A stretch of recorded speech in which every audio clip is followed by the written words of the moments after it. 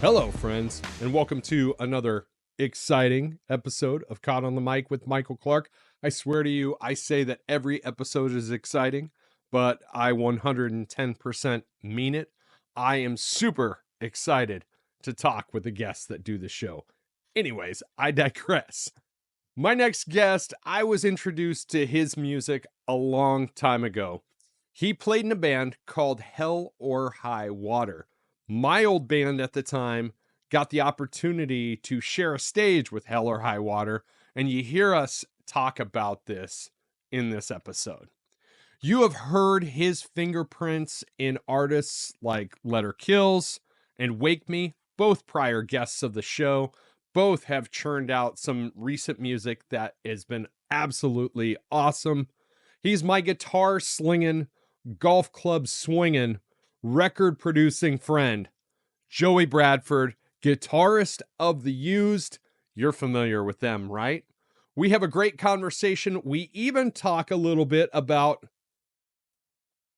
that's right, we nerd out about Jimmy Eat World a little bit. Check it out. As always, listener and viewer discretion is advised. Joey Bradford of The Used joins me on Caught on the Mic today.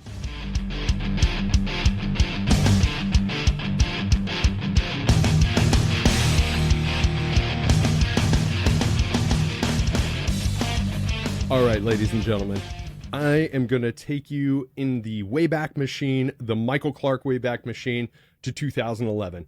September 2011, the band I was in at the time, a band called Arising, was playing the Rockstar Uproar tour with Avenged Sevenfold and 3 Days Grace.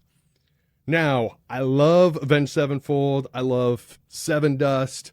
I love everybody that was on that bill, but there was one band I was super excited to get to play in front of. And actually, our placement on the stage was two bands before this band, and that band was a band called Or Highwater. If you have not checked them out, please go to your streaming services, check them out wherever you can, do a Google search. But I absolutely love that band. It was fronted by Brandon from Atreyu, and love that band to this day. Well, my next guest is the guitarist for The Used currently. He is a producer that is kicking out some amazing jams. You've heard my friends Letter Kills. They've just released 2 new songs so far. He's almost like the 6th member of the band at this point. But ladies and gentlemen, I am welcoming my friend Joey Bradford from The Used to the show today. Joey, how the hell are you, man? Thank you so much for having me, Mike. I'm glad we finally got to make this work out. Heck yeah. Shoot, man, I think we've been trading messages for the better part of the year, and it's been every bit worth the wait, man. How are you doing today, brother? Doing good. We got our first day off on this headlining tour we just started with, oh man, I almost said Pierce the Veil, with Plain White Tees. And yeah, it's been great. We just finished a little round of golf and already got some good tour camaraderie, but things are going good. Dude, I love that. I love that. A little over a year and a half ago, your guys' album Toxic Positivity dropped.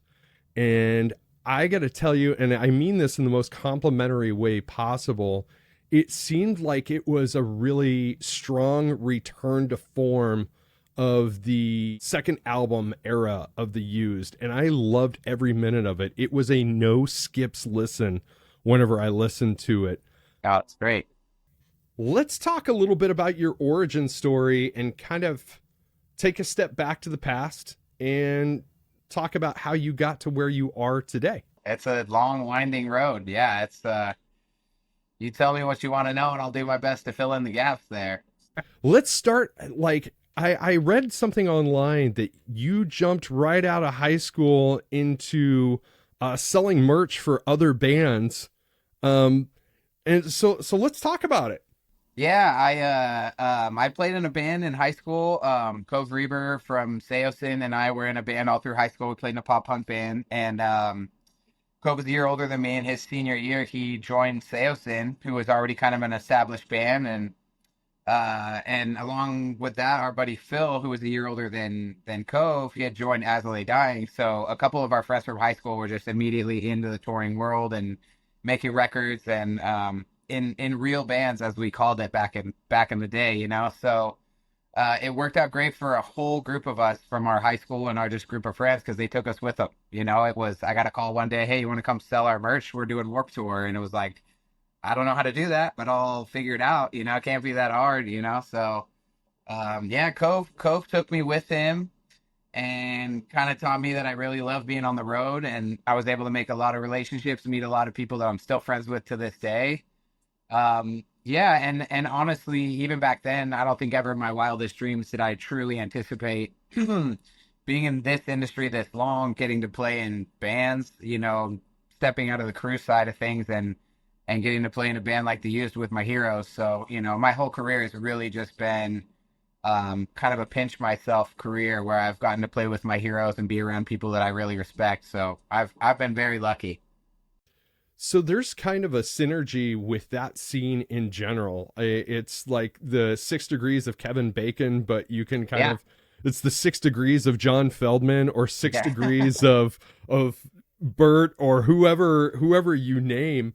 Um, what has blown your mind the most of that era from, you first selling merch with Seosin to where you're at right now? What's been your biggest pinch me moment?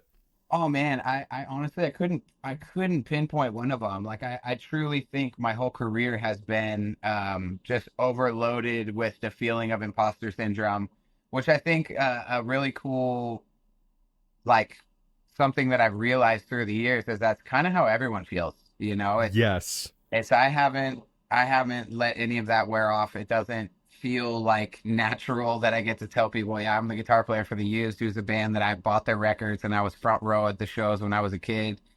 But it has been really cool to, you know, get to know some of these people that were my heroes growing up and get to connect with them on a real level and a human level and to have them say kind of the same thing. So it really is, you know, like a peek behind the veil and you realize all of us are just going, is this real? You know, like there's a really strong appreciation for people and bands, especially after 25 years, that is you know, it's really pinched me, all of it, you know, like from getting to play with The Used, I got to guitar tech for Good Charlotte, I got to, you know, fill in for Atreyu and a Static Lullaby and sold merch for Dredge and Thrice and you know, before I was a part of all of those conversations, like that was basically my iPod in high school. So it's been pretty crazy. Yes, yes. So have you always been a guitarist as your preferred instrument, or what all have you played, and what was your entry point into actually performing music? Yeah, I started on an acoustic guitar when I was in middle school. I was watching guys playing at the church I was going to and kind of figured out some chords just by watching them. And that was really where my love for guitar came. I was on the acoustic guitar, but once and even in high school, I played guitar in my pop punk band, and we were all just like whoever picked the instrument first. You know, it wasn't based on who knew what they were doing. But yeah, when I was 17, I joined a band called Thieves and Liars. They needed a bass player, and I always felt really confident playing the bass. My brother was a bass player.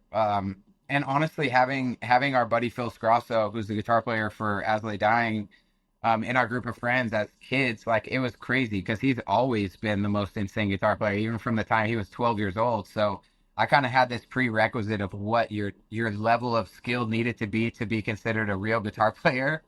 And it wasn't until, you know, in my 30s that I realized, no, Phil's better than everyone at guitar. That's just an unfair, an unfair win, you know? So, but yeah, I was a bass player for the majority of my career. I loved playing bass. I still love it. You know, it's kind of one of the jokes we make with The Used is we have a singer, a drummer, and two bass players. But yeah, guitar, I guess I moved over to guitar um, probably about 10 years ago. Was it just was a role that needed filling. I was kind of starting to write songs for Hell or High Water on guitar, and it just made sense for me to end up playing it live because we were playing those records. So yeah, and then honestly, every job I had after that was just like a challenge, a step up challenge of it seems out of my ability, but I'm not going to say no, so I'll figure it out. And it's been great. I've been able to, advance my career and honestly advance my skill level by just throwing myself into situations way over my head. And, I feel comfortable calling myself a guitar player now, but it took a lot of years to get there. Dude, I love that. Let's talk a little bit about your approach to songwriting because you've been very, very, very in the weeds on that for a while now. You've got a great facility, the Vibatorium, That's right. that a lot of bands have been recording at, but you've been credited with a lot of co-writing credits on a lot of songs.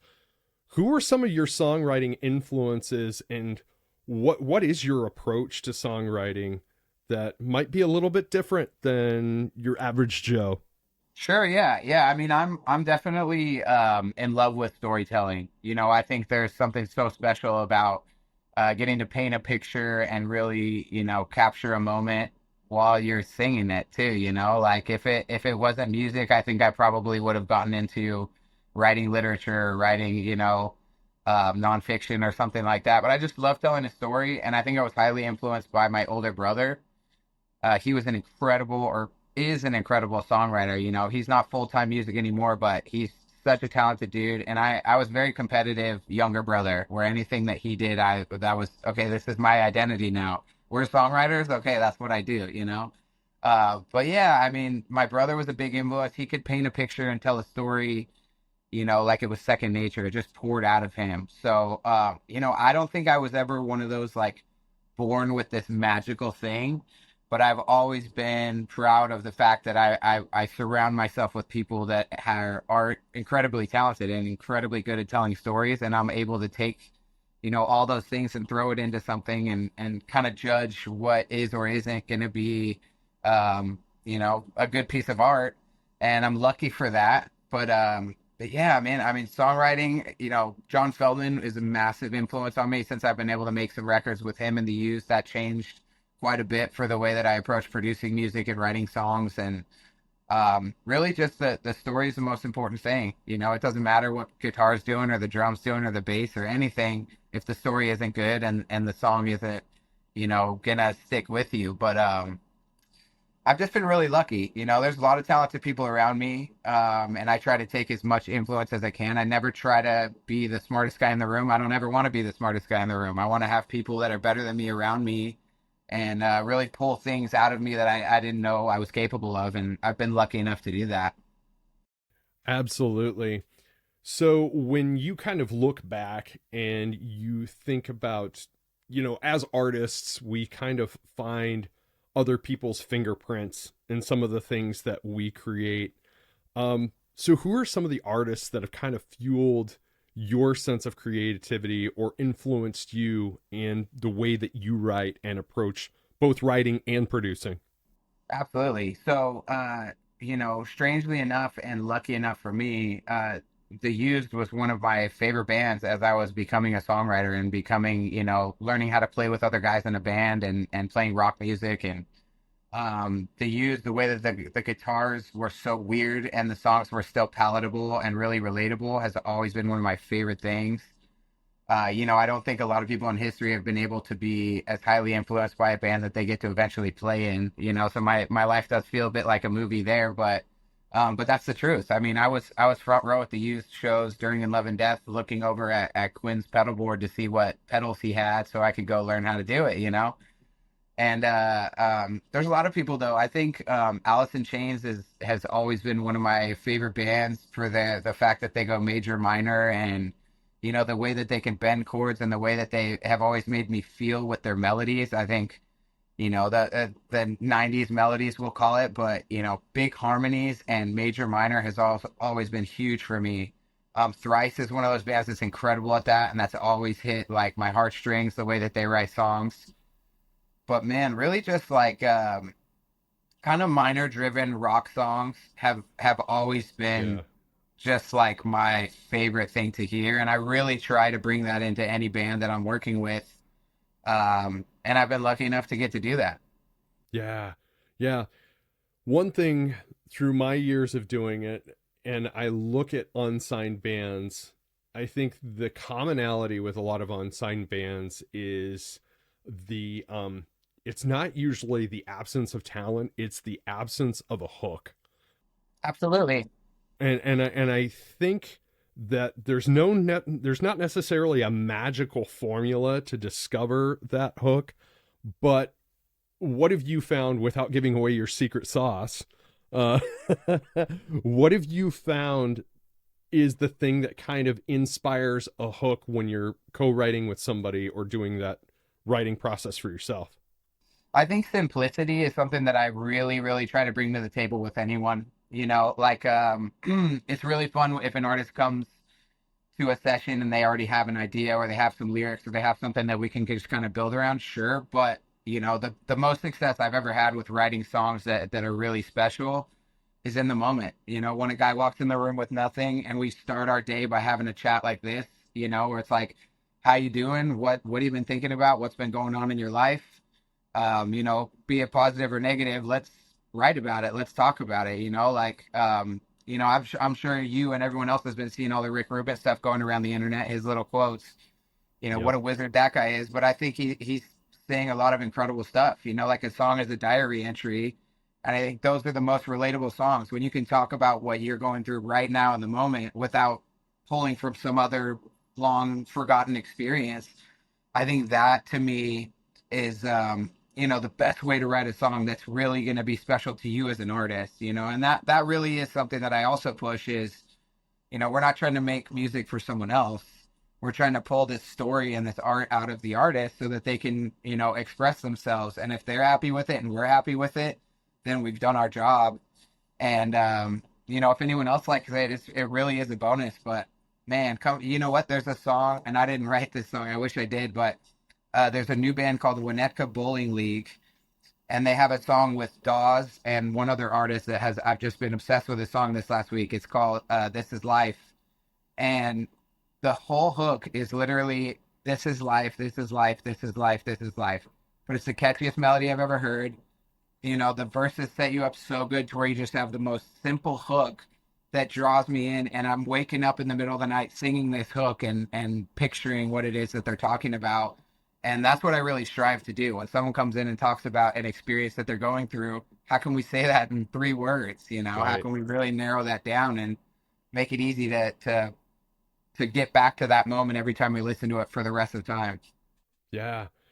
Guitar driven rock in general seems to have struggled a little bit in the era of streaming, but it seems like it's really kind of starting to come back around. And I don't need to sit here and shine ass. I can be completely honest, but I sincerely do think that you are on the precipice of something with a lot of the bands that you're working with, almost like a new era that is almost revisiting kind of the MySpace era of bands, if you will, that is really a strong movement. Do you think that is driven by an audience's hunger, uh, because they've been starved from interesting and really good rock music for a long time? Or what do you think is the catalyst behind all of that? I think there's a few things. I think, the pandemic really put everyone in a crazy mental space, right? Like it put us all in what if we never get to go see live music again?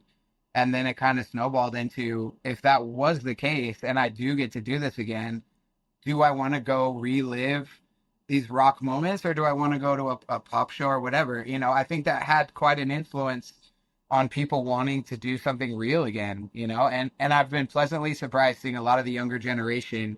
I'm getting up there now, so the younger bands are half my age, and watching them come back to drums and guitar and bass and getting in a room and playing live together again, it's so cool to see. This resurgence of 90s fashion and music and Yes. everything is so sick. It's great. But it's really giving people, it's putting the guitar back in the songwriter's hand. I think there was the last decade, because it is so convenient, there's been a lot of, turn on the computer and sit with a MIDI keyboard and look up a sample and whatever. And it's been a cool way for people to be creative. I'm not knocking that at all. But there's just something special about sitting down with a piano and writing a song before you're on the computer, or sitting down with an acoustic guitar and writing about how you feel before you get to listen back to every single thing. And I've seen the younger generation do it, and it's coming out really cool. I mean, there's some artists that I've been loving. An artist called Noelle Sucks. She's kind of like a '90s alternative, like kind of Right. melancholy artist. She's incredible. She's killing it. There's a band called Slow Joy from Texas that is just like the coolest kind of grunge band, incredible singer. Like it's been so fun for me to kind of discover new music again, and it being these rock bands that are, they're still having to do, you know, be part of the algorithm and do their TikTok and do all that stuff, but now it's Yep. of a live band performing in front of people. So I'm getting really excited about the next generation, and I'm excited to hopefully be a part of it with some of these artists too, like give them a place to Yes. come to plug in and make their songs, and just for them too. I think that's a huge resurgence, is people making art for themselves and really seeing that being genuine is what leads to success, instead of trying to write something that you think people want to hear. I think people are smarter than that. We didn't give people enough credit over the last decade, but listeners, can see through some bullshit. So Oh, you are absolutely right. Dude, there are so many things that you struck a chord with me on. My friend John, he lives about 2 hours away from me. His son is now singing for a rock band, high school age kid. And of course, most of what they're playing is they're doing like 90s covers. love it. My daughter, the last 2 summers, has been doing the same exact thing, and most of what their sets are like 90s covers. I was at a venue not too long ago, and I was standing back with one of my old band croonies, and we're watching my daughter's band. I'm like, man, I can't believe that they're covering Smashing Pumpkins, and they're Yeah. covering this, and they're covering that. And he's like, dude, that's classic rock now. And I'm like, I don't mean, it say is. that. I know. It really is. It's insane. I guess, yeah, you put it into perspective. I mean, I was covering Zeppelin and Floyd and that Right. kind of stuff in my era. Absolutely. Right, right. But yeah, it's funny because, listening to you describing some of these new acts, it did make me think about my own daughter and my buddy's son and some of these kids that are getting into it now. And I erroneously, this is like the second episode that I've mentioned this on, maybe even the third. I erroneously thought, because of the TikTok era, the social media era, the streaming area, the era that we're in, that we were going to just skip over 90s nostalgia Sure. Yeah. altogether. I really sincerely thought we were. And I was proven wrong. I had a podcaster and author on my show not too long ago, a guy by the name of Rob Harvilla, and he has a podcast on Spotify called 60 Songs That Explain the 90s. And he takes a song and he breaks it down start to finish, Oh, and he that's does it. amazing. Oh, dude, you got to check it out. And I he will. does it in the most ironic way possible. Like, he was talking about Smash Mouth's All Star, but he was doing the compare and contrast with the death of Chris Cornell. And it's like, how do you get that from that? But Jeez. it really it peels the onion back a little bit, and it makes you think about the layers of things, and it's great. But I mean, kind of long-winded tirade to a point here. I am really encouraged by this next generation for all of the things that you said. I'm also encouraged by the fact that we have guys like our friends in Letterkills going out and giving music to the world again. Yeah, me too. Especially a band like them that only ever did one record. That front Yes. to back was amazing. Like I was so Yes. honored when I heard from them, and I kind of weaseled my way into that too. I mean, when they first hit me up, it was, hey, we want to do a reunion show with one of the bands I managed at American, and I was like, that sounds great, but if you guys are gonna do that, you might as well make some music. I mean, it doesn't cost $500,000 to go make a record anymore. Like I'd be willing to let you guys come to my spot and we could figure some stuff out. And it's been such a blast. I mean, just like the Used, Letter Kills was one of those bands that I was lucky Yep. enough to see in small clubs when they were coming up, and I was, didn't know who they were. Walked in the room, was blown away by their show, so I went and bought their CD, and then it was like part of my life now. So yeah, having 20 years later, getting that email, and I was like, get out of here, Letter Kills, let's go, and wearing their shirt around, especially the tours I'm doing and the people that are around the Used, it's been really cool because people either love them or don't know who they are. So the people that see me wearing the shirt, they're like, "No way, Letter Kills!" Like that's one of my favorite bands. Like, go check out their new music. They're Yeah. great. And they showed up and killed it. Matt and Tim and Kyle and all the guys just still have it, man. I mean, we all may look a little bit older, but those dudes still freaking rip, And Matt, what a voice! Like I was so pleasantly surprised to work with them, and they didn't skip a beat. Yeah, there's a joy in getting to introduce people to Letter Kills for the first time. Yeah, I agree. Like one of my best friends, he'd never heard them, and until I'd had them on the show, and I'm like, dude, you listen to this record, It holds up. and you are going to be so pissed off that this was not the biggest record of 2004. I go, Well, and trust it's me. so, I mean, hearing their story, how they just kind of like broke up because they didn't know any better. It's like, like you had, and whatever. I mean, life happens for reasons, and Right. and they're all happy and they have families, and no one burnt out or anything. But man, they really could have been, playing these late afternoon slots on when we were young with the rest of us. Right. Well, I mean, that brings another topic to fruition here is like, do you think them moving on at that point in time, or anybody at that point in time, is a result of the old business model, the old record label business model, versus how the model exists today? Because I think people have a lot more freedom today, but there's also a lot more vessels to get the music out there. You know what I mean? Yeah, but I think also like that era, albums and CDs were still selling. Like there was still enough of Right. a profit to go around, even if it was upside down that artists didn't really know about anyway, but there was still checks being cut. But I think what happened with a lot of those artists is they were literally just young kids. Like how could they know A, that the music industry was going to change, and B, that like even be able to zoom out and see the life that they were lucky enough to kind of stumble into as artists. I think about when I was 18. If I was signed to a major label at 18 and went and spent $1 million on an album and went on tour with like I did those things a little bit, but I had no idea how that would impact my adult life and could have impact my business and all this stuff. I think Letter Kills, they were just young kids and like, oh, we don't really like the same stuff anymore. I guess we'll break up. Not knowing that like, hey man, if you push through and you like make this work and you guys figure it out, you make really good art people like. So, but here we Yeah. are. It's never too late. Music lives forever. So Let's talk a little bit about some of the art that you've made and kind of circle back a little bit to some of that. Hell or High Water, how did that project come about? And is there any possibility that there could be more of from that somewhere down the line, or is that a done deal? No, I don't think it's a done deal. I think it's very casual at this point.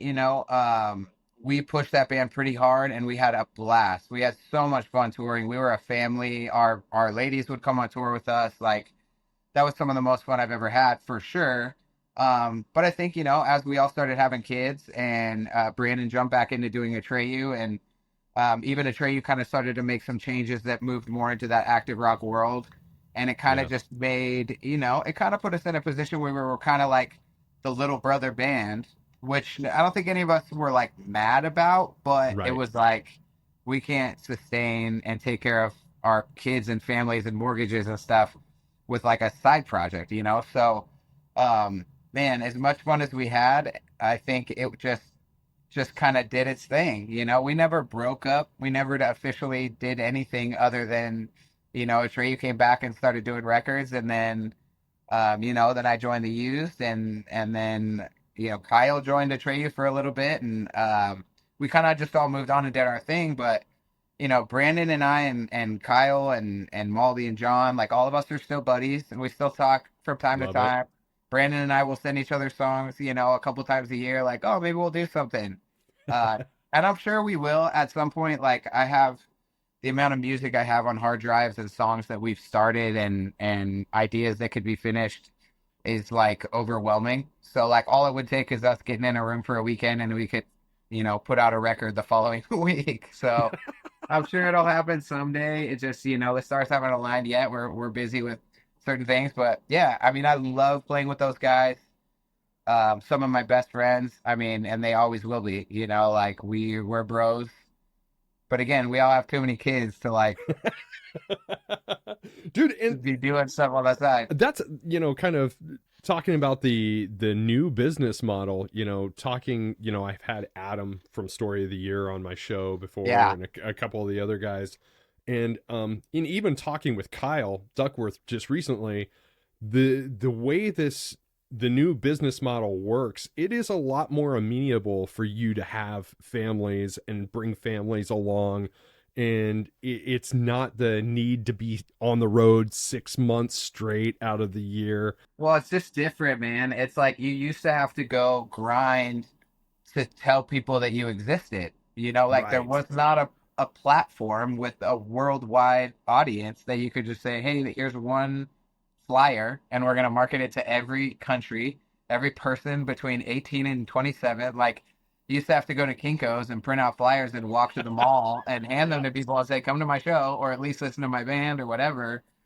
So that tour grind, it used to bear fruit. It used to work. You could literally go guerrilla style and market yourself one person at a time and sell records and like get home and pay your rent. We're just not like that anymore. I mean, you go on tour and it's probably a loss, but Mm-hmm. you're trying to maintain so that all of the, your online merch and your streams and everything catch up to where you're meeting in the middle somewhere and can turn a profit. But like I said, like it's just such a weird world because at the end of the day, we are artists. So Yeah. like the business side of things and monetizing and marketing and all the kind of like gross shit you got to talk about, Right. it is part of it, but like ultimately what I'll tell any of my artists is like, dude, be an artist. Like any financial gain that comes from your art is the cherry on top. But like if you go into making art being like I need this to pay my bills, it's just, people are smarter than that. So and that's another, that's why I've been really pleasantly surprised with the social media artists. Like there was a period of time I was like, this kind of gross. Like someone just goes and gets followers and now they're the popular artist. But it really is like, it's the same people that were the grinding on touring and going and working their ass off to show everyone their music. It's, I've seen people online go viral because their song is great, not because Yep. they're buying followers or whatever. It's because these talented freaking kids on the internet are getting attention because their talent is floating to the top. And it used to be like that on the road too. Yeah. Yeah, absolutely. There is no magical formula to unlocking the algorithm, but if you have a quality product, at the end of the day, it sure does make it a hell of a lot easier. Yeah, yeah. I think the same kind of prerequisites exist from before, where like I just said, the talent floats to the top. It used to just be in a live scenario first, where now, people have the ability to use the internet to showcase their talent, but you still have to, I mean, especially now with the internet, there's so many people who are really good at what they're doing. If you're not the Yeah. best songwriter with the coolest voice and some unique thing, then you're really getting lost in everyone else's videos and whatever. But if you have the song and the talent and the ability to make a video and put it online and it'll be like, regardless of the quality and your budget and whatever, like these kids sitting in their parents' basements are being able to showcase how insanely talented they are without having to have a budget or take a loan or whatever it is like we had to do when we were coming up. So I see both sides of it. There's times where I can become a bitter old guy and Same. was bullshit and I don't want to do this. But there's other times where I'm like, man, I would have never found out about like a girl like Noelle Sucks, to stick with that same reference. Like Right. that just popped into my feed somehow. And now I'm looking forward to every new song this girl puts out and she's killing it.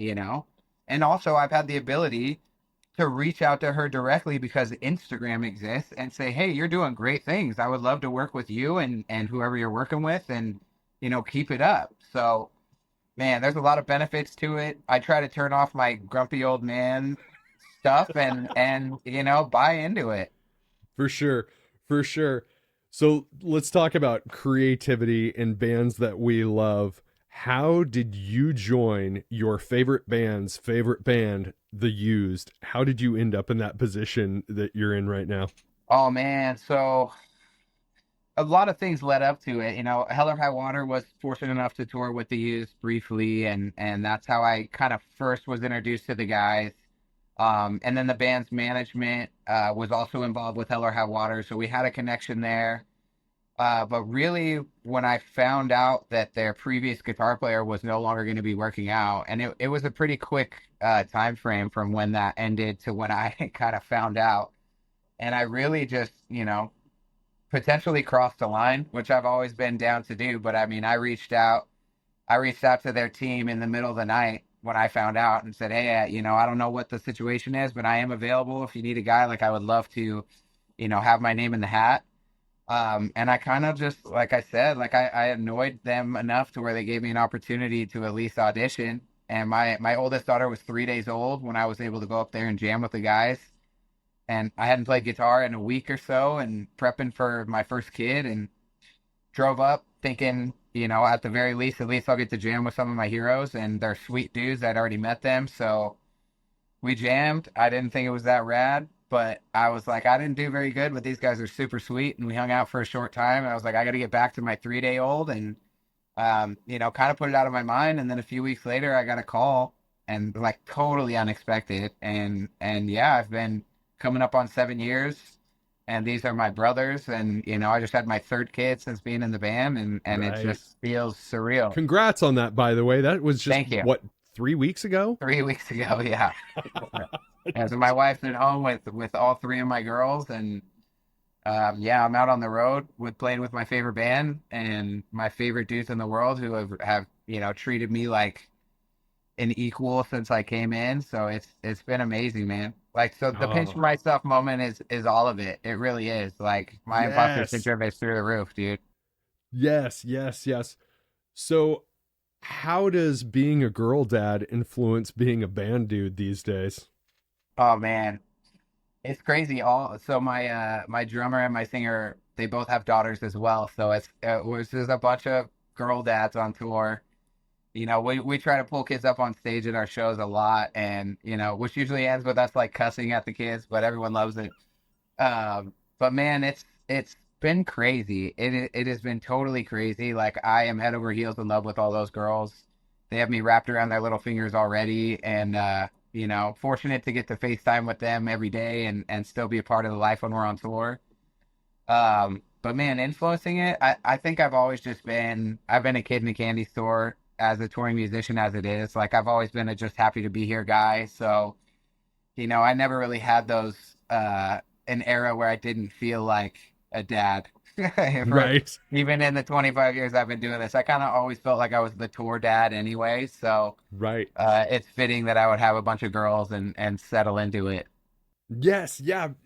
The reason I asked that is because I think anybody that's tasted any level of success in any way, shape, or form breaks stereotypes and they have a strong moral compass. So the the old stereotype is, oh, this guy's on the road, he's philandering around, he's a Yeah, yeah. womanizer, this, that, and the other thing. And it's like, no, the successful guys are usually in their hotel rooms playing PlayStation or just being nerds.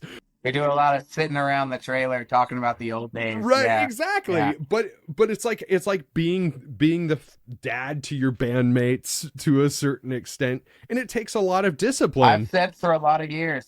Yeah, I've said for a lot of years, kind of my second calling as a touring dude is like a tour therapist. Like I just end up taking on a lot of people's stuff. I don't know if that's from being a dad or from what, but I've always kind of been a good listener. So yeah, it's it's nice to take that role. I love that. So let's look ahead to the future. What is next on the agenda for Joey Bradford with everything that you have going on between producing and writing and your duties with the used? Yeah, I mean we got a lot of stuff going on next year. I know we haven't really announced stuff next year, but next year's the 25th anniversary of the Used. So we're gonna be doing some really really special touring. Um, and yeah, I've got some projects lined up. I got a couple artists that I'm getting ready to produce. I'm really trying to kind of lighten my load next year.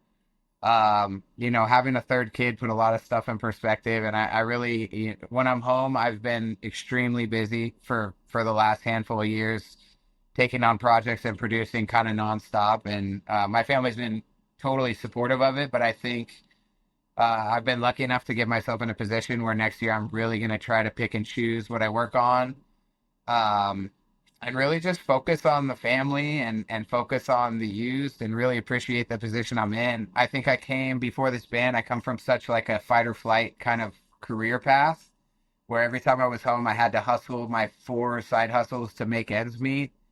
And I'm just kind of coming to terms with the fact that I'm in like pretty good shape and I'm pretty blessed to be doing it the way that I'm doing it. So yeah, I mean, next year we're touring a bunch. I have a couple producing projects on the books. I do have a lot.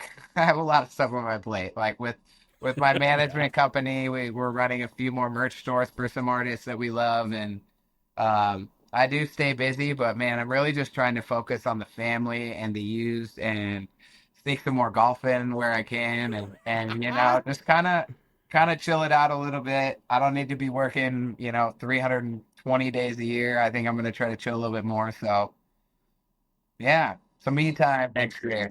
Yeah, Love hearing that. Is there a legacy artist or one of your favorite artists, and I'm talking tangible access, sure. that you haven't got to work with yet that you would love to work with on the production side of things?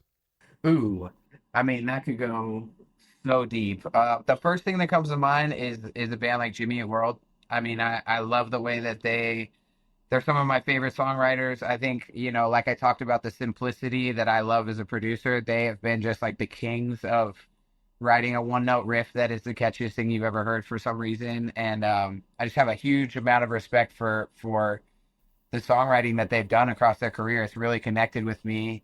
Um, man, yeah, Thrice would be one of those. I was able to work with them. I was able to play guitar a little bit for them, but before any of that, I was a huge fan. Like I've always Yeah. loved the way that they write songs and the mood that I'm put in when I'm listening to their music. I think it would be so much fun to work with them on that level.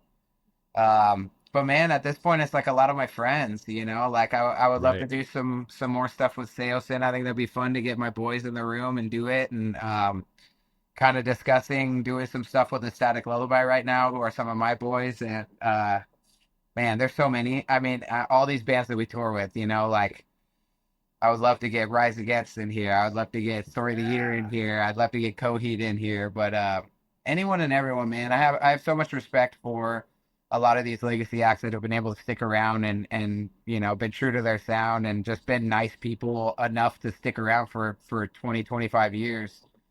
But I'm Yeah. blessed to work with anyone, man. I'm down to work with anyone who I connect with quick. I'm super in. I don't know if you saw how animated I got when you said Jimmy World. Yeah, we're on the And same page here. I get it. right, totally.